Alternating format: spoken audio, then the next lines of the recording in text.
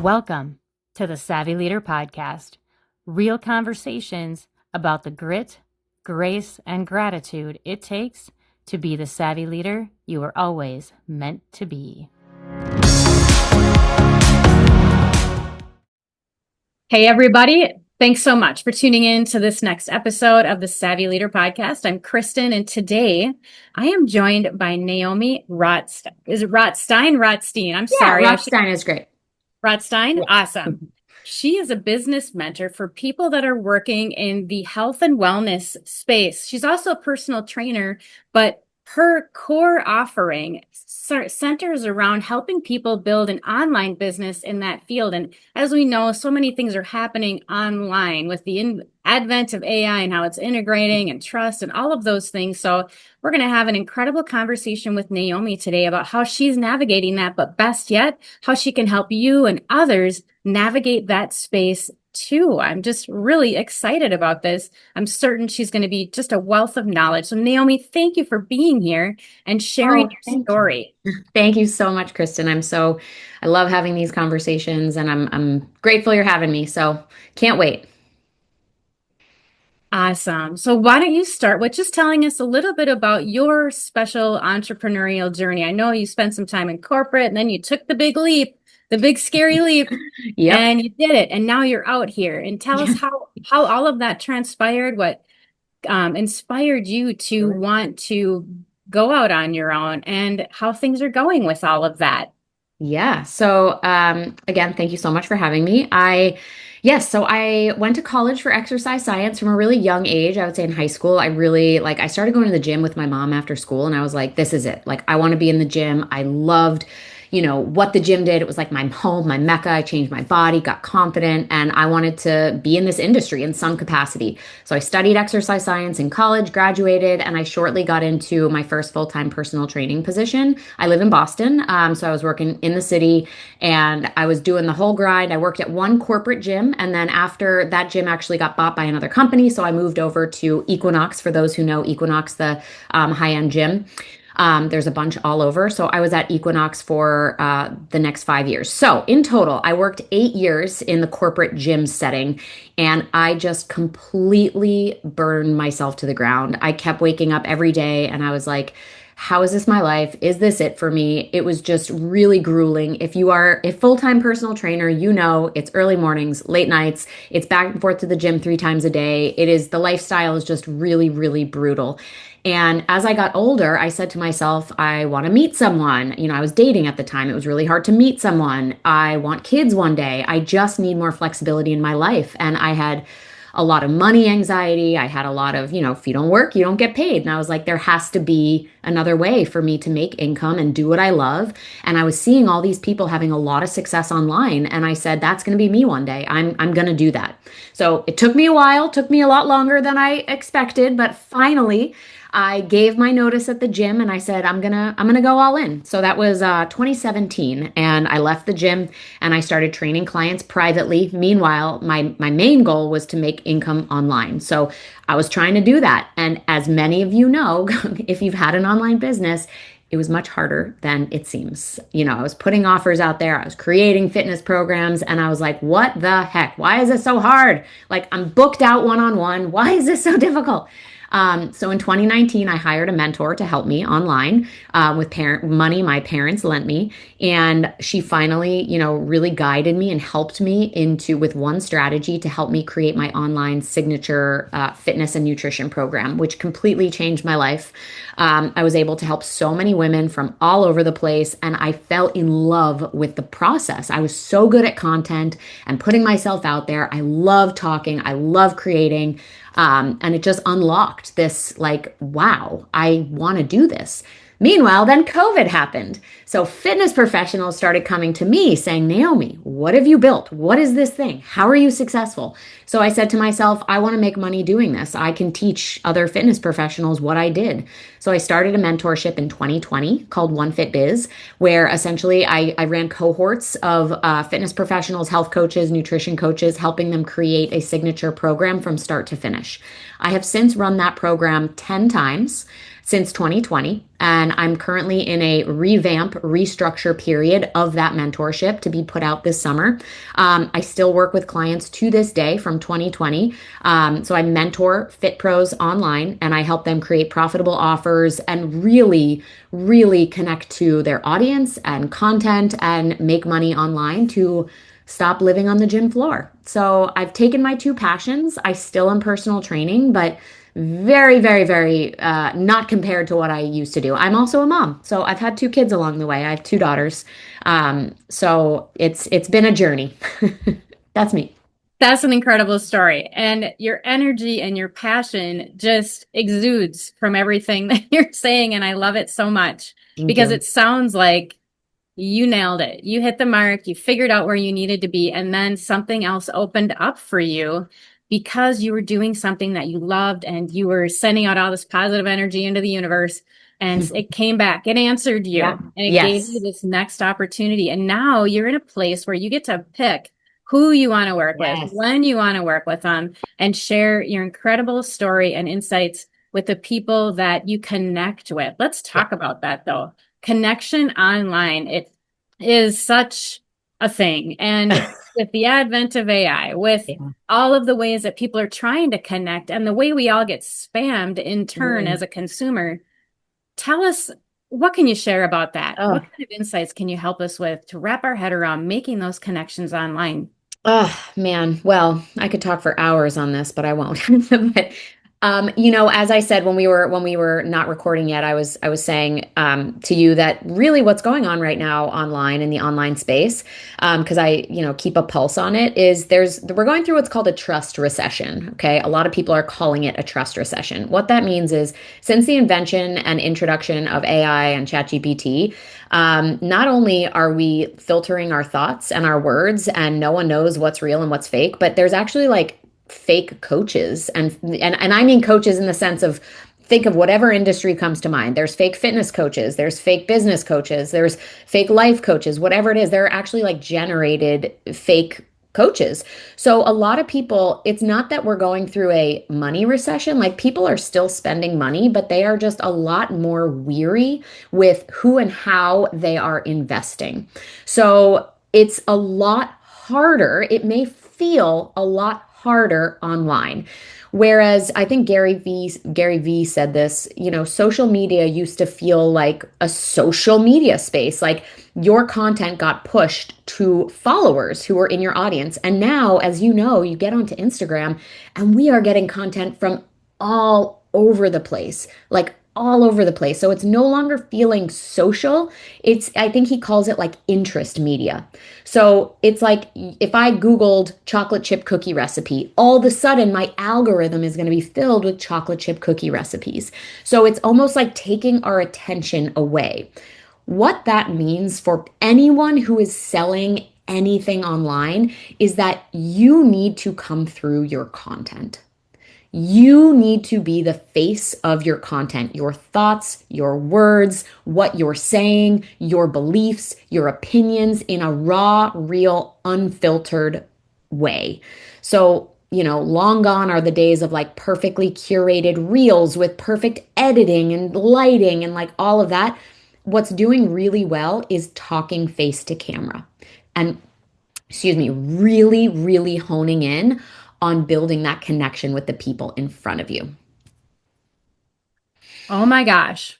I mean, that's so incredible. But let's expand a little bit about Yeah. what you mean by fake coaches. What does that mean exactly? Like AI generated or people Yeah. that are just, is all of the above? Literally, like, yeah, like I was watching something this morning and another coach was showing what looks like a real coach selling you something, it's actually an AI generated human being that's selling you something. And, they might be perfectly cured. This is, and I'll give it also an example in the fitness space of what I've seen, but this is like in the business coaching space. So it's someone selling you on a program and they're sitting in a car and they've perfectly curated makeup and they're making it look like I'm living the dream. And it's a fake person, like actually a fake person. And what I've seen in the fitness space is I saw something this morning where it was a woman and she was saying, I'm 46 and I'm overweight and I have 3 kids and this is never going to be my life. And then all of a sudden it spans to an after picture of her where she lost, looked like a completely different person. She lost 50 pounds and she's selling a workout program here. And it is actually an AI generated image of her. So it's really not a true before and after, it's AI generated. So, Man, yeah, yeah, we're it's getting duped. happening. And I knew that that was happening, but I think maybe some of us are still kind of in like this denial phase where we're thinking Yeah. people are genuinely or generally trying to be honest, but maybe they're just not. I guess, or maybe that's all we're seeing because they're spending a bunch of dough on ads. Is I that part know. of it too? Well, yeah, of course, that's part of it, but I think that's also part of the problem, which is some people are getting sucked into this because, why not? Like, if you don't know, it's AI. So they're getting sucked in and then they're realizing, holy shit, like, excuse me, language, sorry. I should have warned you, I swear sometimes, so Ah, that it's needs to be okay. Don't edited. worry, Okay. you're good. Like, holy moly, I just got sucked into this. That was a bad investment. And so right away, they have their guard up, right? It's kind of like you had a bad experience on a date. So right away, like you don't Mm, trust men or women or whoever it is. So a lot of people are just going into, anything with their guard up, which it's sad also because there's so many people out there who are genuine and who want to help. But the people who are their ideal clients might be like, I'm not ready yet. And so it's feeling a lot harder for us, whatever expertise you have to help people. What this also means though is that like with my clients who have high ticket offers, it also means we need to have different entry points for us to get people into our world at different price points so they can like get a taste of what working with you is like. So it also means shifting around what you have to offer online. mm. I think that that's really important to talk about because I know, you know, I feel like that plays into people when they start pricing their offerings and their services. And Yep. pricing services can be difficult because Yeah. you're looking at your own self-worth. And if your Right. self-worth isn't feeling it because you're struggling in your own business or you're new and or you're Right. just not sure how much to. So having tiers, I think, is really important. Yeah. It's like you should have one easy entry point, Yeah. one path of least resistance and then you can have some scales. How many tiers do you recommend people have? Like one, five, 10, or just like three? It's a great question. So what I look at this almost like an upside down triangle. So you want to think about a lot of my clients will say this. A lot of my clients have one-on-one coaching online. Okay. So if you have one-on-one coaching, that is your highest tier. My one-on-one clients get the most coaching, guidance, me. Like I'm in their back pocket on Voxer. We are like, that is the highest level. They get everything I have to offer. Okay. So that's the highest level. Most of my clients also have like a signature program that we would consider high ticket. High ticket means right now I would consider high ticket anywhere over $900, $1,000. Back in the day, I would have said more than that. But right now, high ticket is close to that, 1K price point. So if you have your high ticket signature program, every single offer underneath should be a natural entry point into getting someone into it. Meaning it should all flow together. It shouldn't be like a random low ticket offer that has nothing to do with your high ticket coaching. For instance, if you're a personal trainer and you have a high ticket fitness program, don't make a $47 protein ebook. That just doesn't make sense. What I suggest is everyone should have a couple of free ways to get into your world. 100% free. This could be a freebie of some kind. This could be a free community. This could be a free podcast, a free networking call, something free. I would recommend a couple of those. And then right after that, there should be a lower ticket offer around like a $50 price point. After that, there should be like a couple $100 and then your high ticket. Now, of course, that's just an example. And it doesn't necessarily also mean that someone has to go through those steps to get to your high ticket. Because a lot of times people think, great, they're going to do my freebie. They're going to then increase to this, then that, then that. There are so many different buyer types. Someone might come into your world today and they might really resonate with your high ticket offer and buy it today. There also might be someone who comes into your world today and wants to start at your freebie. So it doesn't necessarily mean that a person has to start with the free thing. It just means that there should be those entry points to hit the different buyer types. Wow, that's really insightful. And now answer me this. So what happens when, how do you create funnels? How do you what avenues have been most successful in working through this kind of a tier program and helping people along from one tier to the next? Is that primarily with funnels or what do you That's such a it's a hard question to answer. I'm going to be honest because every Okay. single person has a different business and they have a different offer, we'll Okay. say. But generally, there always should be like there shouldn't be a freebie out there with then no upsell at the end. So let's say, for example, I ran, which I did in December, I ran a free 14-day content challenge. Okay. So it was 100% free. I ran it 100% in a WhatsApp group. Every day for 14 days, I gave my clients in there a brand new content prompt.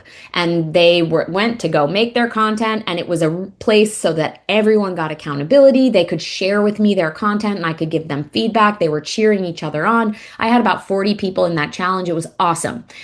So the second week of that challenge, I started them in an upsell email sequence to upsell them into a make content with me offer, a higher ticket offer, which was 2 one-on-one content calls and coaching. And it was, let's say, around a $500 price point per month.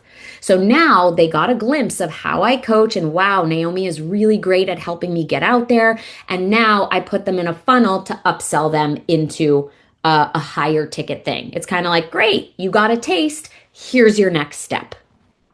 Okay, that makes total sense. And I can absolutely see that and how that could be a really powerful thing. Yeah. Yeah, I think you mentioned Instagram earlier. Is that primarily where you do your social, or are you across a few different sites?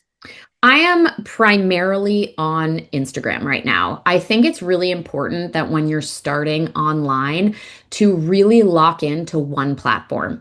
I don't think there are so many platforms to be on right now and they're only growing. There's Threads, there's TikTok, there's Substack, there's Instagram, there's YouTube, there's email. Like, I mean, you should be sending email regardless. I'll take that out of the list. But there are so many platforms and it can get really, really overwhelming in the beginning. And what I recommend is really honing in and learning one platform and sticking there for the time being. That's not to say you can't expand and in other areas and whatever, but really figure out where your ideal clients are.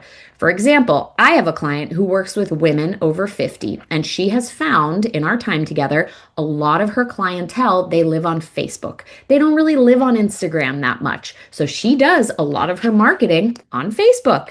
So she created a free Facebook group, and that's where they're hanging out. So you also have to lean into where your ideal clients are living. It could be LinkedIn. I have a client who got a lot of clients from LinkedIn. Okay. And then that leads me to the next question.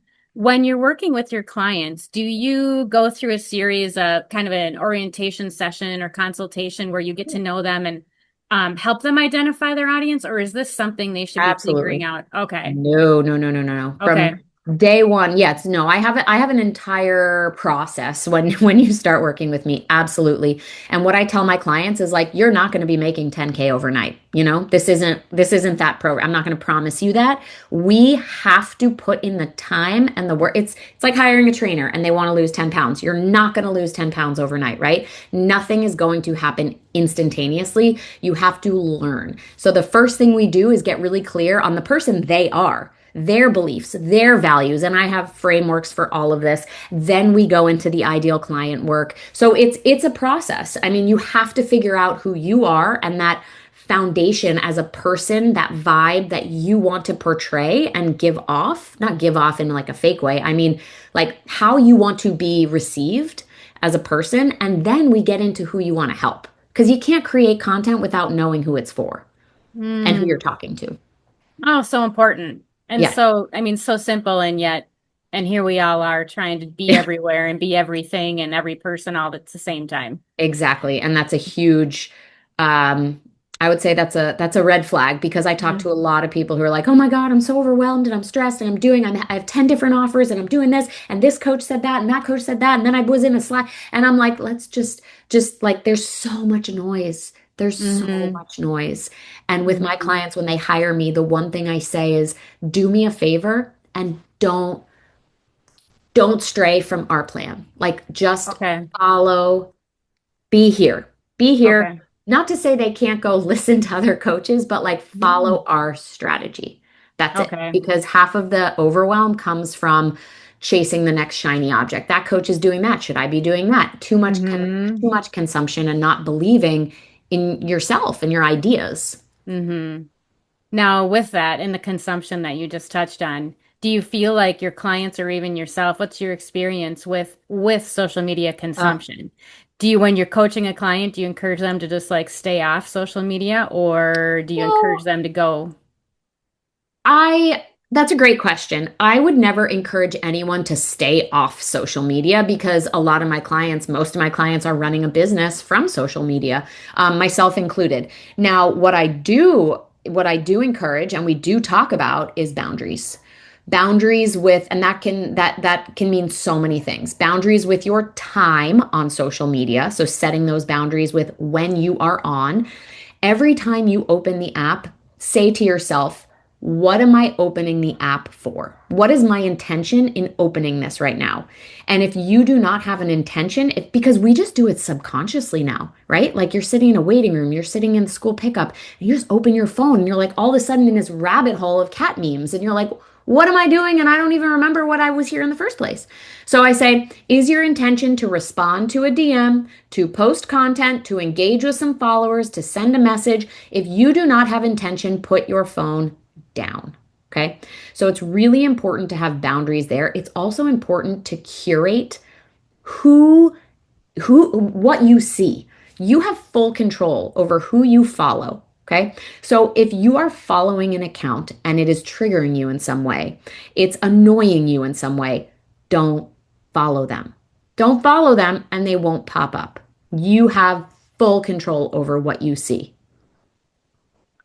Smart, really, really smart Yeah. advice. And it leads me to start thinking about a couple of things. But one is, as someone who works in the fitness field, you must have some kind of a competitive edge to you, right? Yeah. With, oh, like I'm a Oh, just competitive person. generally speaking, yeah. Are you a competitive person? You know what's funny, Kristen? I am No? so not a competitive Oh, person in terms of like I'm not competitive with other people. I'm okay. not. And I also, I will say this, I competed in fitness competitions for Yeah. 6 years in my 20s too. So that's a whole, but the thing about fitness competitions is you're not competing. I'm not competing against other people. That's not what I think. I'm competing against myself. Like I want to be better in this show than what I did last time. And when it comes to me helping clients, I'm always trying to just be better, be more intentional, but I don't compare myself or care what anyone else is doing, if that makes sense. I'm not competitive in that way because I'm here to, as you said, like cheer everyone on and there's space for everyone. Yeah, there absolutely is. Though it's really hard, I think, for some people to really trust that. Do Yeah. you feel like that's some kind of an obstacle sometimes when you're working with your clients? Like, because when I go on social media, I'm not going to lie, I'll see things and I'm like, oh, they're so much better than me. And that little bit of competitive edge comes out, and you kind of think, oh, so is that a hurdle that you need to overcome with your clients often, or? I would say less now because really, like, the coaching that I instill as a mentor is also getting them through that mindset BS. Like, it's crap. No one's better than anyone. They're just like your content and your offers and your message is going to stand out above everyone else's because no one can say it like you. And that's why I encourage a lot more face to camera talking because any fitness coach can teach a lower body glute workout. Anyone can do that. Anyone, every single fitness coach has a 12-week fitness program to gain confidence and get strong and pick up your kids with no low back pain. Like Everyone has that. But yours is different because it's you doing it. So we need to see that. But I never look at a coach and I'm like, oh, she's so much better than me because it's not me. It's not that I'm better than her, but she's doing that thing. That's amazing. And I'm doing this thing. And that's amazing too. Yes, so great. That is so, so great. And I was thinking too, though, so you're working with clients and there's little hurdles that you need to overcome, such as that, and, getting people to shift their mindset. How do Mm. you protect your own mindset, or are you just resilient in that way? Is that a natural gift for you? No. You sound so resilient. So tell all. No, I am I am not free from all of this. No. What I will say, the one thing that I think has really, really helped is having a mentor myself. I have never, ever been without mentorship, and having that entrepreneurial community. So I always say that the level of support that you're going to get from family and friends and your spouse and your kids, and it's so different than the support you're going to get from other people who are literally doing the exact same thing as you. And I'm in a small mastermind right now with my mentor. I locked in for a year, easy. It's my second year working with her, and it was an easy decision. Anytime I need something, she's there. And I have these women who we can all riff and talk to. My husband doesn't know half the things I do day to day, and that's okay. I'm not, the support I get from him is different than the support I'm going to get from my mentor and from my entrepreneurial friends. So it is so integral to have a mentor you trust and to have other people who just like keep you focused and don't let yourself like get in the dumps because it's so easy to stop these days. It's so easy to be like, "Oh, that post didn't do well. I'm not cut out for this. Bye." It's so easy to do that. And it's happening more than ever. And the people who are going to make it through this quote unquote trust recession, they have support, hands down. When you talk about connection, and then now another type of connection, which is a mastermind group that you're a part of. Are these online connections in your mastermind group, or is this person to person, face to face? Tell us Online. more about how that, oh, Yeah. it is. It Yep. is. And I mean, I Good for have, you. yep, it's on, I mean, it's all online. It's all virtual. We all live in different places. Um, I mean, that's exactly what I created with One Fit Biz as well. It was, a community of these small cohorts. I say small because each cohort was under 10 people. And we were together for 4 to 6 months. So they really got to know each other. I have a higher level mastermind, all with women who have gone through One Fit Biz at some point, and there is 8 of them. We are in a private Voxer chat. We have all been working together for a year, and they get my guidance, they get each other, and it's priceless. It's priceless to have that type of support. It is incredibly priceless. Do you feel like, and was it a challenge to create this community? Did it take you a good amount of time, or what kind of energy did you need to put into it to get it to where it's at today? Well, I will say back in 2020, when had the idea for this, I had no idea if it was going to work. And and I'm sharing this because, a lot of things have changed since 2020. Okay. But this stands true for any type of offer that you want to create. You are never going to know. And I think also that stops a lot of people because they're going to be like, oh, I'm scared of failure. I'm scared of like so many things, and they just don't do it. I had no idea if this would, quote unquote work. I was used to people seeing me as Naomi, the fitness nutrition coach. Now I was going to show up as Naomi, the business mentor. Like, who's going to trust me? Who's going to buy from me? And I had 6 people sign up for 4K each the first time I ran this program. And I was like, holy moly. And now that it allowed me to really step in and make sure I was delivering. And so I think in the beginning stages, you just never know what it's going to be. But you have to, if you do not have passion for what you are coaching, selling, talking about, it will not work. It will not work. Like, I don't care if you're selling painted rocks. If you're passionate about it, you can sell painted rocks and you will be successful.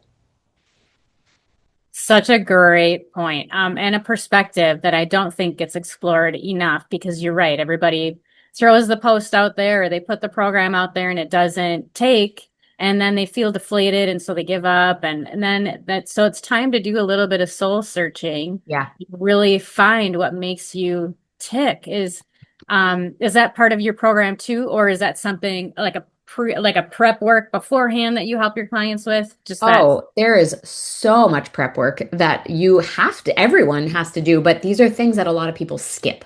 So Mhm. they skip all the prep work, and I'll talk about the prep work a little bit. They skip all the prep work. They just go into selling their thing. It doesn't do well, and they say, oh, okay, wasn't cut out for this. I'm going to stop. Or even worse, they're like, that offer didn't work. I'm going to create something new. And all of a sudden, a year goes by, they've created 10 different offers, none of them sold, and you're like, ah.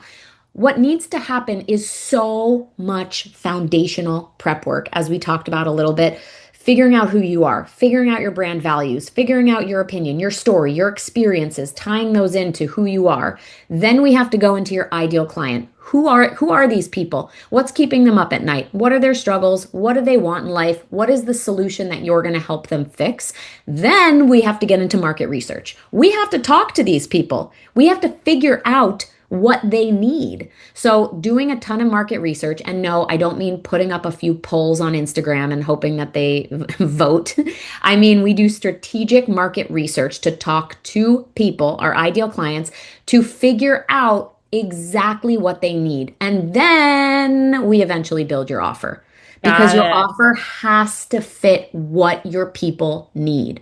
Just because Mm. you are building an offer that you think is great, it doesn't Hmm. matter if it's not what your people need. Yes, but first you got to figure out your people, and first to do Yes. that, you got to figure out you. So you're Yes. right. Everybody wants to skip over the work to get to Yes. the fun part. Yes. Exactly. And then it doesn't become Yeah, and fun. then it's a nightmare, Yeah. and then it fizzles out, and Yes. everybody burns out, and all of that. Um, Exactly. it sounds like you've got a very full plate, though, with everything you have going on. How do you manage yourself personally and your time, and to avoid that kind of burnout? Yeah, I love that too. Um, I'm not going to say that I've never been burned out again from, full-time personal training. I was burnt out. And then I think for me, when I did hit walls in my business and got that burnout feeling, it was because I was trying to do too much all the time. And when you can hone in on building one thing and building one thing really, really well, you like people think these days you need to reinvent the wheel. And what that's going to do is cause that burnout. You need to create new offers all the time. You need to be doing all these fancy, like, no, you don't. No, you don't. Content at the end of the day is helping one person solve the same problem over and over again. And when you can create a way to solve that person's problem over and over again and just continue to do that in different ways, you're winning. So, what do I do to prevent all of that? First of all, I do not respond to clients on weekends. So, I take weekends off from work. Doesn't mean I don't open my computer sometimes, but I really, really try to like detox my brain from social media. If I'm using social media, it's more fun. It's more like I'll post some things my family's doing or a recipe I'm making, things like that, which is important to do because that shows you're human. And I don't check in with clients or they know I don't do anything on the weekends. So I don't do any client anything on the weekends. I no longer train clients on the weekends, which was years ago. I said to myself I would never do again. Um, and I just have strategic time that I'm not on my phone. Like when my girls are home from school, I'm not sitting on my phone. Like that's family time. And I'm much better at it now than I used to be, I will say. It's not easy. It's not easy, but you have to do it. I don't want my girls to grow up just seeing me on my phone all the time. No, that's so true. That is so true. And our society, I think, hopefully will start making a shift into a little bit less tech and a little bit more face to face and I just, hope so. yeah, let's hope so. You touched on recipes. So is Oh. nutrition. Are you nutrition part of your repertoire, or what do you have going on with that? Another great question. So I'm going to be honest back in the day, Naomi, I used to do nutrition coaching and fitness coaching for women. I still personal train. I still have clients one-on-one. But I have my own health history when it comes to nutrition, especially being a former fitness competitor. For anyone listening who's ever done that or dabbled in that, it can take a toll on your mental and physical health. And essentially, you get to this like insane body. And for me, I tried to maintain that look year round for years, and I ended up not, getting sick and not doing so well. I would never say I had an eating disorder, but it really messed up my eating, disordered eating. So I found myself nutrition coaching, which is what I was doing. And I got to the point in my nutrition coaching where I was like, this isn't fulfilling anymore. Like, I don't want to sit on a call with a woman and convince her to eat a banana. Like, that's just not. I don't want to be doing that. I don't want to talk. I don't want to hear sob stories about how I ate too many chickpeas and now I feel fat. Like, I'm no longer the person to help you with that. And I'm not saying there aren't people who can help women with that, of course. But I no longer felt a line sitting on those calls. And I actually dreaded them because all I wanted to say was like, eat the fucking banana. Like, just eat it. And that's not helpful for them. So, and I, Maybe not. Not for so I that knew mindset that, anyway. right. Yeah. So I started getting away from nutrition coaching because it just no longer was fulfilling for me. That's not to say I do not help my personal training clients with nutrition, and it's something I love and I talk about, and it's my background as well. I have a minor in nutritional science. So I love it, but I'm just not outwardly, getting on calls with women to talk about what they're eating. I have incredible clients who I can refer them to do that. Well, and bonus, right? Like you've got the clientele that you can, I love that. I love it when you create a community that you have people you trust that you can refer out to the people that you Yeah. know are not a good fit for you, which once again, one more area in which you recognize that this wasn't right for you. Yeah. And so, Yeah. you've got boundaries there, you recognize your strengths, you recognize things that weren't a good fit, and Yeah. you stop trying to be something you weren't just Yes. because you thought whether or not you thought you had to have all these offerings or whether it was expected of you or whether you were chasing the dollar. I mean, whatever the case may be, it's so, so, so important to Yeah. recognize what fits you authentically and Yes. personally. Yes. Exactly. Such a And so, great story. yeah. Talk about so what's your future look like? I mean, what's your vision for your company now moving forward? Are you going to continue as is, like you're content and you're happy, or do you have some things you want to branch into or expand? Oh, this is such a great question. You sound like my therapist. Um, I will say, the future, I can't say I know for sure because I think, again, the online space is shifting so much. And I love that it's shifting so much because I think a lot of people are going to drop off, honestly. And I'm not because I love it here and I love figuring out instead of saying, okay, this is getting too hard, stop. I'm coming, and my clients also, I encourage them to say, okay, it's shifting. What do I need to do to adapt? So I'm going through a phase in my business online where it's like, okay, things are shifting. What do I need to do to adapt so I'm still bringing in the people I want to work with? Which is why I'm in like a revamp period of my signature mentorship, One Fit Biz, which I started doing last year, and I have a gal helping me with that.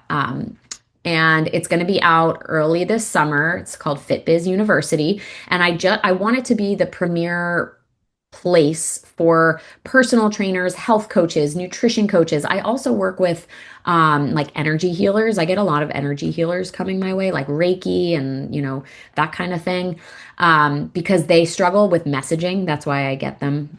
I get a lot of them, like, how do I describe what I do, kind of thing. Anyways, I want it to be a premier source.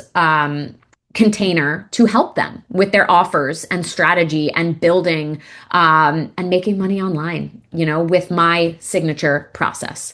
So that's what I'm doing right now. And I'm also in the midst of building a lower ticket because we're talking about different accessibility points, a lower ticket entry point membership that is not at all a like low ticket per month. And it's almost like an entry point to get into my world for this coaching. And that's going to be a 3-month commitment. You can also do it month to month because, again, I want to make it accessible for people.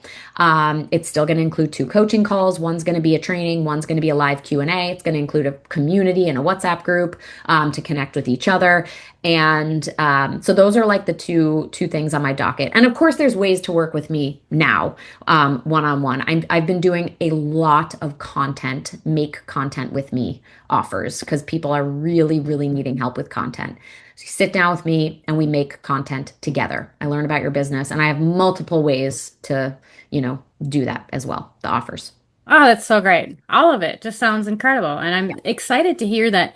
I can see where you would need to kind of bridge that gap with people in the holistic kind of fit, that nutritional, holistic piece of it and fitness piece of it. I think that that is really important because it gets confusing. I was just having this conversation with someone else about how to differentiate, the different areas that have now become the norm, Mm, in relation to fitness and health and well-being. hmm. Um, Yep, so one last thing. sure. First off, I would like, well, for a couple last things. I'm sorry, I lied. Go for it. Okay. What kind of, so as a closing thought, tell us what kind of wisdom you would love to offer any woman stepping into this world online, and how can what's one thing they could do to create greater visibility and influence in their world? If there was just one thing they should do, what would it be? Oh my God. I mean, the thing I really want to say is get face to camera and talk to people. Like that's and ask me 6 months ago what I would have said. I would have probably said something different. But right now, I want to speak to like the times that we're in right now. The thing that you want to say that you are not saying because you're scared of ruffling feathers, or you're tiptoeing around your audience, or you don't want anyone to disagree, you need to say that thing. There used to be this trend going around that was like, the 5 things I would say if I wasn't afraid to hurt your feelings. Like the things that people put in that piece of content, that trend, the stuff you want to say. Like, I say to my trainers, if you were to walk into a gym and you saw a woman lifting 3-pound weights, what would you want to say to her? Go open your camera and talk to your audience. Talk to your audience. Stop using ChatGPT. Stop using AI to filter your thoughts. Talk to your camera and also share more stories.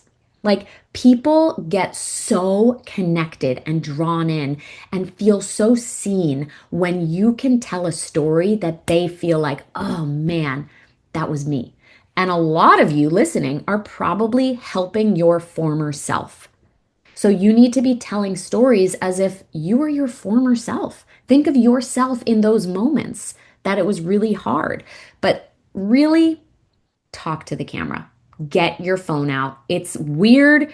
If you've never done it before, it's going to feel weird. It's going to feel awkward. It's going to feel messy. It doesn't matter because you're going to get better at it. You just need to start. Awesome. That's so great. I hope you have inspired millions and millions of people to get out there and do just exactly that. I Tell their hope so. story. And I love, what's the 5 things? Oof, ouch, that could hurt, but it's a good thing. And I think Yeah. it would be kind of helpful to be, once you shed those 5 things, I mean, how incredibly invigorating and just, uplifting it would be for yourself to just, okay, fine, I said it, that's it. And the world didn't come crumbling down around me. Mm-hmm. Yep, exactly. Beautiful. And it won't, I Okay. promise. It won't. Are you sure? You promise? I We're gonna hold promise. you. Yes, hold me to it. Awesome. With that, though, where can we find you, Naomi? Where's the best place that we can find you? You mentioned Instagram. I know you've got a website, but tell us how we can find you and what you got coming up so we can look forward to. I do. The easiest place to find me and follow me and say hi. And no, I'm not going to sell you on anything. People are so scared these days to like even say hi because they think everyone's gonna. No, no. All right. Please follow me and say hi on Instagram at I am Naomi Rotstein. And the link in my bio has all the ways to work with me from a one-on-one mentorship application to mid-level make content with me to freebies and please say hi. And I also have a website, but Instagram is the easiest place to find all of that information. Perfect. And maybe you've got some other workshops coming up anytime soon. Should we look for those on Instagram as well? Yeah, they every single thing I do in my business will Okay. be is always on Instagram. Right now, yes, I'm going to be doing a 14-day face to camera challenge for those Ooh, who want to talk face to camera and they're like, where do I start? So that's going to be really fun. That's going to be out very soon. fun. I have a lower ticket membership, as I mentioned on our podcast, and then of course there are always ways to get in for free and work with me one-on-one. Oh, so great. I am so grateful to have you. I just love your energy and this Oh, passion that just I can just feel it. Even though we're not face to face, I can feel it. And I'm so encouraged to hear that you've been able to create this online community that's been connecting and been successful. I mean, it just gives, so many other people hope that it's possible out there. it It is. feels deflating sometimes when you're trying to build an online business and you get this pushback of, oh, I just prefer in person. I want to be in person. I can't, I want to connect with you in person instead. And so to know that it is possible and that there are Mhm. people that make these connections and that the connections are good and long lasting. You've been doing this for quite some time. So, so inspiring. Thank you. Thank you. Thank you. And thank you for having me. I love having these conversations and hearing different perspectives and all that. So thank you. Yeah, awesome. Well, I'll let you get back to your day. Thanks again. All right. See ya.